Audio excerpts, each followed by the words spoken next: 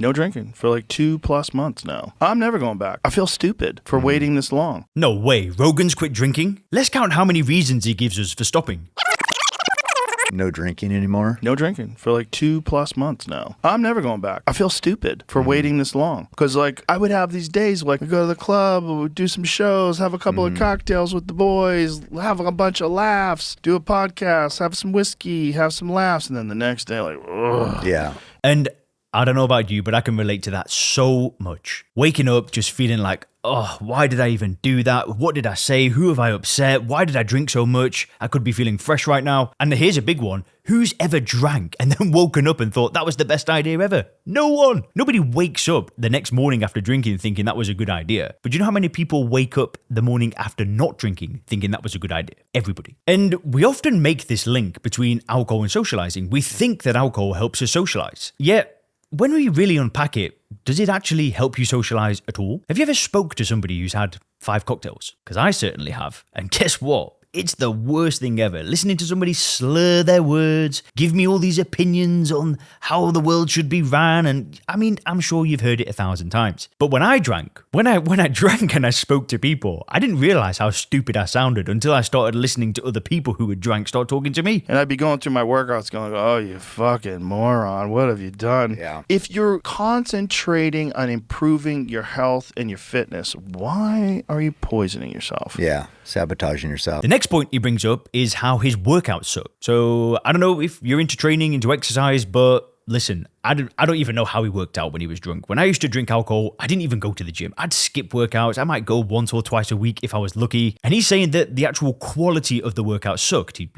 You're kind of dragging yourself through it, aren't you? Now, since I stopped drinking alcohol, just not to boast, but just to kind of give you an example of what can happen is I got into the best shape of my life. I went from this fat, lethargic, bloated individual into being able to squat 200 kilograms, deadlift 210 kilograms, bench press 130 kilograms. I couldn't do that stuff when I was drinking. And hey, listen, those numbers might not mean anything to you, but to me, these were big goals that I had. But then he says that if you are concentrating on health and fitness, he basically says that you're just poisoning yourself and sabotaging yourself. And I mean, he's literally hit the nail on the head. You are literally poisoning yourself. And I'm so happy that he used that very colourful vocabulary calling alcohol poison, because that's what it is. It's ethanol. It's a highly addictive, poisonous substance that does nothing for you. So I'm so glad he used that vocabulary. But that's what you're doing. Now, this is by no means endorsed by Joe Rogan, but if you want to access a free video training that shows you how to get control of your drinking quickly, we've had clients get results in under 24 hours, then just go ahead and click the link in the description. It's going to show you a totally new method. It's scientifically validated. You're going to be able to learn about the findings of this scientific report that was written by an academic psychologist who has peer-reviewed published addiction research, formerly affiliated with the University of Oxford. We've commissioned him to go and analyze my program, go through all the scientific literature and understand why the heck we get such good results. But if you want a free video training showing you how this brand new method works, just click the link in the description, stick in your name and email address and watch that. But again, that's no link to Joe Rogan. I just want to help you now. Let's get into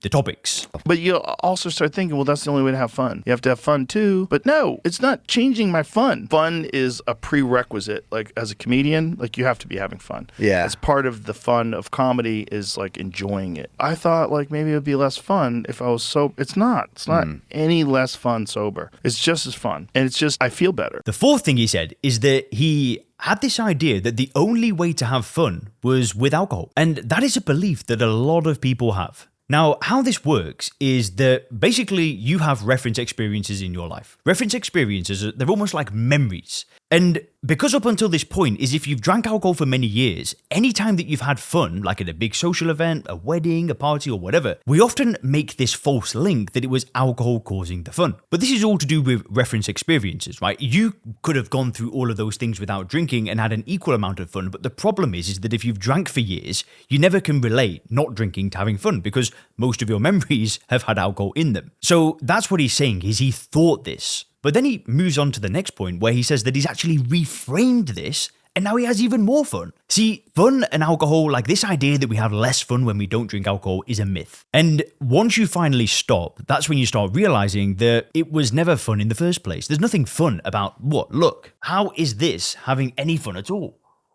I mean, that's all you do when you drink alcohol, right? Is you drink something. Like, there's nothing fun at all about that. But I think the only way that you can experience this is through stopping. And I think that's why he's kind of talking about this, because he said he stopped for like a month. So he's kind of getting these reference experiences now. This guy is clearly an extremely sociable person doing all sorts of stuff. And he's saying he's having more fun. How cool is that? And this is one of the things that I've always tried to tell all these comedians. If you have more energy, you will have more energy on stage. If you have more energy, you could do more shows. You could do multiple shows a night. You don't get fatigued. It carries over into comedy. Yeah. Like The next thing he brings up is he just feels better. And I mean, who doesn't feel better after stopping drinking, right? Everybody feels better. You're not poisoning yourself anymore. Then he starts talking about energy levels, and he starts explaining how when he talks to comedians, you know, if you're healthy and you're fit, you're able to do more, you're able to do more shows, which probably means more money, which probably means making people laugh more. And now he is also talking about fitness in the video. He's not just talking about stopping drinking entirely, he's talking about health in general. But I'm just so happy that alcohol came up in this conversation. But he's saying,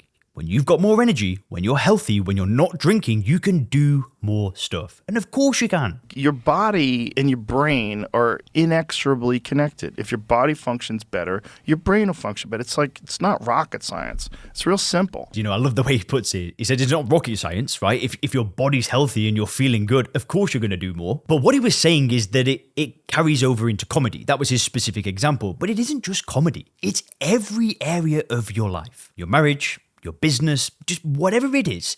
Everything gets better when you don't drink. Yeah. And if you drink, you will notice a big dip if you have one cocktail. Mm-hmm. One cocktail will be a big dip in the amount of recovery you have. Right. And you won't even notice it. Mm-hmm. You'll be like, I wasn't even drunk. He notices that even if he has just one drink, he will notice a dip in his recovery. I'm not sure if he was talking about the data that he gets on his Whoop band. It might be to do with HRV. I can't actually remember. But either way, he says that just one drink and he can feel the difference. I have Well, one if drink. you're not trying to perform and do something, Right. you won't notice it. A Right. regular person at a regular job, maybe you'll feel like a little sluggish, Mm-hmm. but it's when you start to like work out and perform and run and you're like Right. looking at these times, or you're on the scale and you're like, what the fuck is going on? Yeah. Crazy. And what his guest said, I think, was the best part of this whole clip. If you're trying to perform, if you're trying to work out, if you're trying to do things, big things, that's when you can notice it. And I don't think he was being judgmental. I mean, there's nothing wrong with being a regular person with a regular job. But I think what he was trying to get at is that if you do want to get to the next level in your life, if you do want to be a peak performer, if you do want to train hard and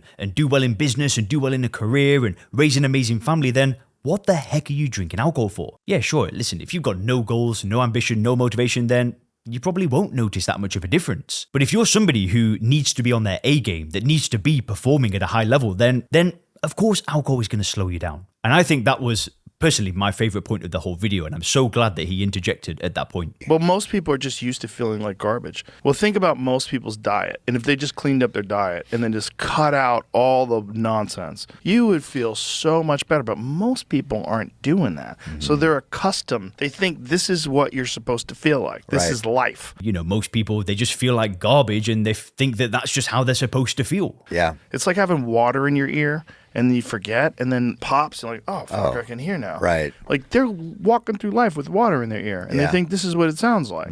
But it's just, you're poisoning yourself. But then I just love the metaphor that he finishes the video off with. It's like having water in your ear and then all of a sudden it's out and it's like this relief of like, oh, I didn't even notice it. But it's got nothing to do with water in your ear. He puts it best, you're just poisoning yourself. And if you like this video, go and click this one where we talk about Jordan Peterson and his opinion on stopping drinking.